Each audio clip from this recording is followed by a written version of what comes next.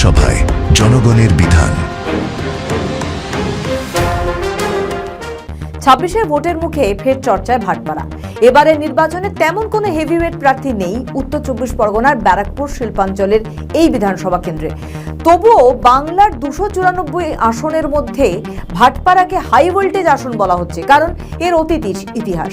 ভাটপাড়া বরাবরই অর্জুন সিং এর গড় বলে পরিচিত। এবারও অর্জুন পুত্র পবন কুমার সিংকে প্রার্থী করেছে বিজেপি, আর তাকে চ্যালেঞ্জ জানাবেন তৃণমূলের স্থানীয় যুবনেতা অমিত গুপ্তা, যিনি আবার দমদম ব্যারাকপুর সাংগঠনিক জেলা তৃণমূলের হিন্দি প্রকোষ্ঠ সেলের সভাপতিও বটে। ফলে হিন্দিভাষী এই এলাকায় লড়াই হাড্ডাহাড্ডি হবে, এটা বলাই বাহুল্য। অপরদিকে পবন সিং বিদায়ী বিধায়ক, তিনিও এবার জয়ের লক্ষ্যে নামছেন। আর তৃণমূলের লক্ষ্য এবার ভাটপাড়া পুনরুদ্ধার করা।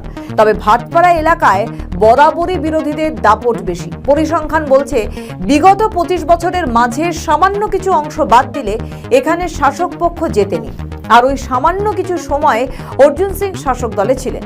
ফলে ভাটপাড়ায় অর্জুন সিং এর দখলদারি বরাবরই। এবার তৃণমূল চাইছে তার একচেটিয়া আধিপত্যে ভাগ বসাতে, আর তার জন্য শাসক দলের তুরুপে তাস অমিত গুপ্তা।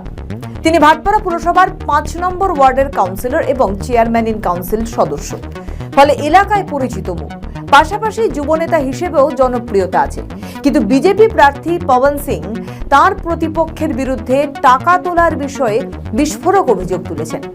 পাশাপাশি পবনের দাবি অমিত গুপ্তার কাছে কোনো ইস্যু নেই, কারণ তিনি কোনো কাজ করেননি পুরসভার সিআইসি হওয়ার পর।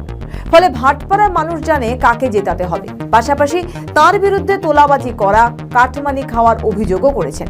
तो जानते होंगे, और जो बेचारे जिनके साथ हो रहा है ये आए दिन, उनके साथ किस तरह का व्यवहार किया जाता है, उनके साथ मतलब हर चीज के लिए तोलाबाजी किया जाता है, कट मनी लिया जाता है। बताइए, तालाब को भर दिया जाता है रातों रात। इस तरह का वहां का सिचुएशन है।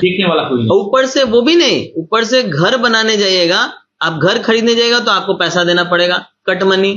घर खरीदने जाइएगा तब आपको पैसा देना पड़ेगा। हाँ, घर बेचने जाइएगा तो पैसा देना पड़ेगा। घर बनाएगा तो मटेरियल उनसे ही लेना पड़ेगा, उनके ही दाम पे लेना पड़ेगा। मतलब हर जगह पे दुर्नीति, कट मनी, करप्शन ये रखा हुआ है। ভাটপাড়া বিজেপি প্রার্থী পবন সিং এর দাবি, এখন সবে প্রার্থী হিসেবে নাম ঘোষণা হয়েছে। দীর্ঘদিন সিআইসি সদস্য থাকা সত্ত্বেও সে ভাটপাড়া পুরো এলাকায় জলের সমস্যা মেটাতে পারেননি। আর কোনোভাবে যদি তৃণমূল প্রার্থী জিতে যায়, তাহলে দেখা যাবে সব কন্ট্রাক্ট নিজের কোম্পানির জন্যই নিয়ে নেবে। वोट नहीं होते हैं, उनको सिर्फ अभी कैंडिडेट बनाया गया, ना वो ना मैं। हम लोग डिसीजन मेकर नहीं कि हम डिसाइड करेंगे कि हम ही जीतेंगे या पब्लिक हम ही को वोट देगी। तो पहले ये भ्रम से वो निकल जाए, और जीतेंगे तब करेंगे। अभी आपकी सरकार है, आपका सब कुछ है, आपका एमपी है, आपका इतने विधानसभा में आपका एमएलए है। जब अभी नहीं करोगे भाई, तो उस टाइम क्या करोगे? उस टाइम एक ही काम करेंगे। मैं बताऊं, अगर गलती से जीत गए, पब्लिक जिता दी इनको, तो कॉन्ट्रैक्ट वही करने लगेंगे। सब टीएमसी वालों को भगा देंगे और खुद कॉन्ट्रैक्ट करने लगेंगे। खुद कॉन्ट्रैक्ट करेंगे, खुद म्यूनसिपल को अपने अंडर में ले लेंगे, और जितना हो सकेगा उतना माल कैसे लूटना है वही करेंगे काम। বিজেপি প্রার্থী যে অভিযোগ তুলেছেন তা ভাটপাড়ায় কান পাতলেই শোনা যায়। জানা যায় ভাটপাড়া পুরসভার কাউন্সিলর অমিত গুপ্তার একাধিক ব্যবসা রয়েছে। কলকাতায় একাধিক সম্পত্তির মালিক তৃণমূলের এই যুবনেতা। তাঁর ব্যবসার অন্যতম হলো বিভিন্ন সরকারি প্রকল্পের কন্ট্রাক্ট। ভাটপাড়ার বিজেপি প্রার্থী পবন সিং সেই দিকেই নজর দিতে চাইছেন। ভোটের প্রার্থী হিসেবে অমিতের নাম ঘোষণা হতেই তাই ভাটপাড়ায় নানা কানাঘুষো চলছে।